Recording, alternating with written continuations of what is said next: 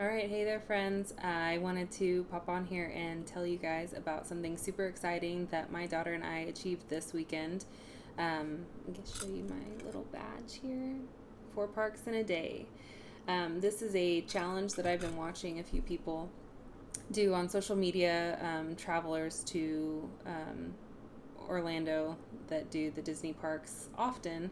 Have found it to be a fun adventure for them to get 4 parks done in a day, and having the goals of hitting 2 attractions, so either a ride and a meet and greet, 2 rides, a ride and a show, grabbing a snack, and then doing that at all 4 parks. So we actually went above and beyond and got 6 parks done, and I am super excited to show you guys the journey. Obviously, I'll be popping in and out of here to give you guys some adventure tips and tricks and how we did it, and talk to you about different things that you can do on your trips. If you have questions or comments or want any more information, please let me know. You know, this is my passion, and I love helping people get out there and live their adventures and have the best time while doing it. So I'm super excited to share this with you guys, and without further ado, let's get started. Okay friends, we're going to try to do the impossible today. We've already come over to Islands of Adventure this morning. We got Velocicoaster and Spider-Man knocked out. We are going to try to hit all 6 parks today. Universal, Islands of Adventure, Magic Kingdom, Animal Kingdom, Epcot, and Hollywood Studios. Let's see if we can do it. Here goes nothing. It's 9:40. We're going to get on the train to go over to Universal Studios. Alright, so at Universal Studios, they do not have a way to queue yourself for any type of rides ahead of time like Disney does. They do offer an express pass there. It is quite a large fee to put that on. I don't normally recommend that to anybody unless they're staying for maybe just 1 or 2 days and they have rides that they really want to get on. But those express passes don't work for every ride. Newer rides like the Hagrid's motorbike, you cannot use that for. So it really depends on whether or not you are looking to hit certain rides, and if it is something that is interesting to you, you can always add it on, but it's not something that I highly recommend like I do with the Genie Plus option for the Disney parks. Alright, here we are in front of the Mummy. That was the ride we did. We grabbed some pizza and gelato there and headed to Magic Kingdom.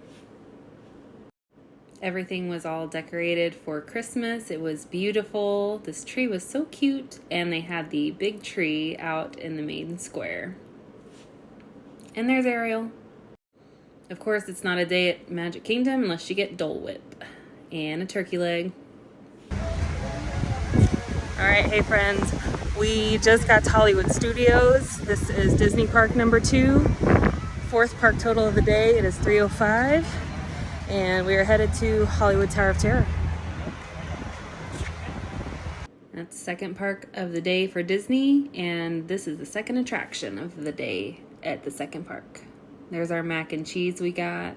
And our enchanted rose. So yummy. Okay friends, it's a little after 5. We just got to Animal Kingdom. We are headed to Dinosaur and then to the Everest ride. And get a little snack, and then we're on to Epcot. Hugs! Hugs! Look at it, it's so pretty.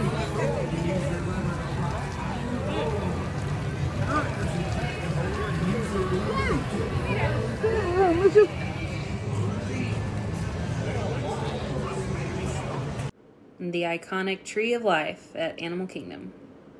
And Dinosaur. And of course, Mickey Pretzel with popcorn. Yum. Okay, it's a little after 7. We're at Epcot. Disney Park 4. Heading to Soarin' and then going to go through Moana. And then we'll eat something. Some wings, as Kaylee says. Oh, it got dark all of a sudden. And then we're probably gonna go back to Magic Kingdom and get on Tron because our time is up right now for that. So check back in with you guys. Sorry it's so dark. Okay, so one of the things I wanted to tell you is that for this day of adventure, we did not purchase any additional individual lightning lanes.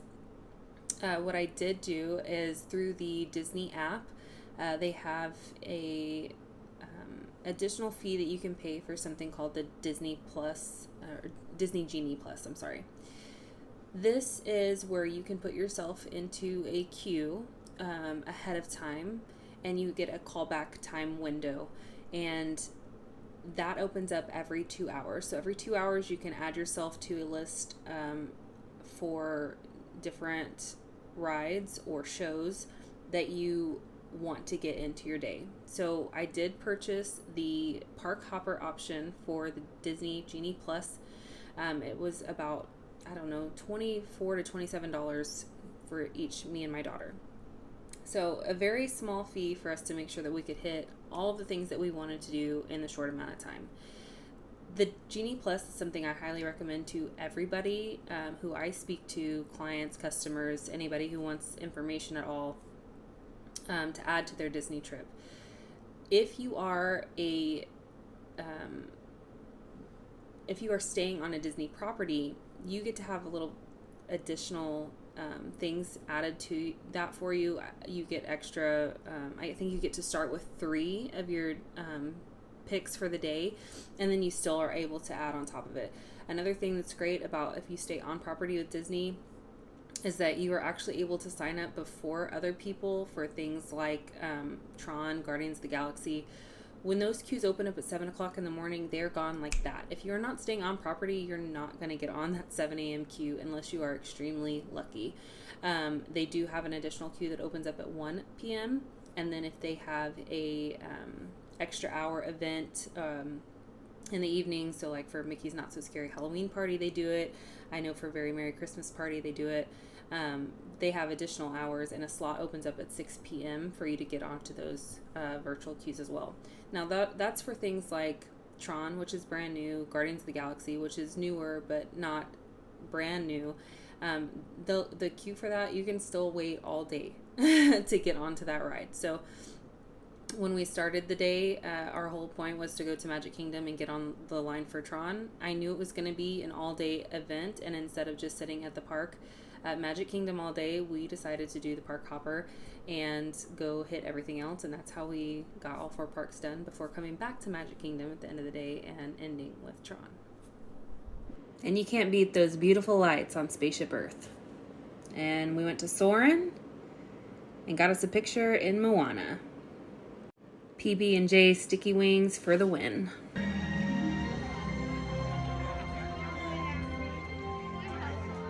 This was us doing our final walkout of Epcot. The music was super loud, so I was waiting for it to die down a bit, which did not happen. So we had to wait till we were a little further out of the gates before I could talk.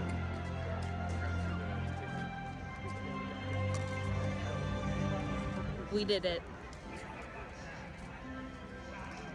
4 Disney parks, 6 parks total. And it is only 8:22. I'm gonna try to get over to Magic Kingdom and see if we can get on this Tron ride.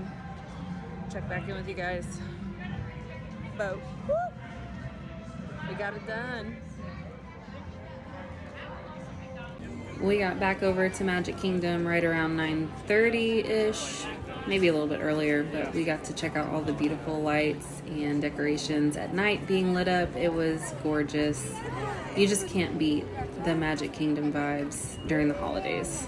It's amazing. And we made it to Tron for our virtual queue, and we love this ride. It's absolutely amazing. If you have a chance, please try it out. There is nothing like this ride anywhere else.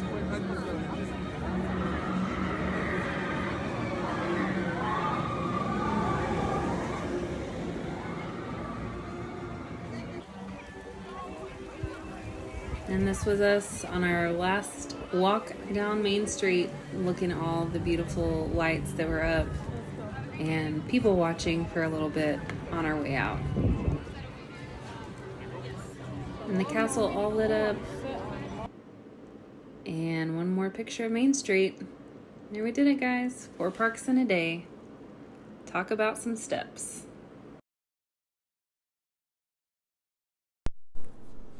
Alright guys, so there you have it. That was our 6 park in 1 day challenge, and I hope y'all enjoyed it. So just kind of a recap to let you guys know all the things that we hit and what we did, just like a line by line here. We started the day at Islands of Adventure at Park Open, so they had early park hours that day. We got there around 8 o'clock. Went straight over to Velocicoaster, which is prime time to do that because there's not a huge line.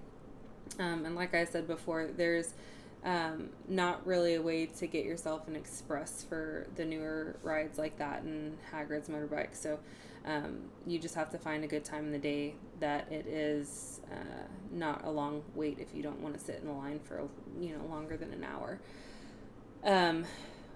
There is a cool function on the Universal app where you can have it alert you when the times drop below a certain time frame. So if you don't want to wait longer than 45 minutes, you can adjust it to that as well. So just a helpful tip there. So yeah, we hit the Velocicoaster, grabbed ourselves a butterbeer, frozen and a regular, which I highly recommend you try both because they're different flavors even though they're both butterbeer. Then we headed over to Spider-Man, which is also really fun and had 0 wait. We walked right onto the ride. And then we obviously hopped on our train from Hogsmeade in Islands of Adventure and traveled over to Universal Studios to the Diagon Alley area. Once we got off of that, we went over to the Revenge of the Mummy ride, which is also a fan favorite of ours. Grabbed ourselves a slice of pizza and some gelato. And then we headed back to the hotel to grab our Disney bands and get everything packed up for our full fun day. Grabbed an Uber, headed over to Magic Kingdom. We had about 30 to 45 minutes to wait before we could virtually queue for Tron. Like I said before, those only open at 7 a.m. and 1 p.m. If you're not staying on property, you're probably looking at booking on the 1 p.m. You have to be in the park to do that. So we waited around for a little bit, grabbed our pineapple Dole Whip, our pineapple upside down cake, which was amazing. I highly recommend that. And then headed over to Barnstormer once we got our queue for Tron.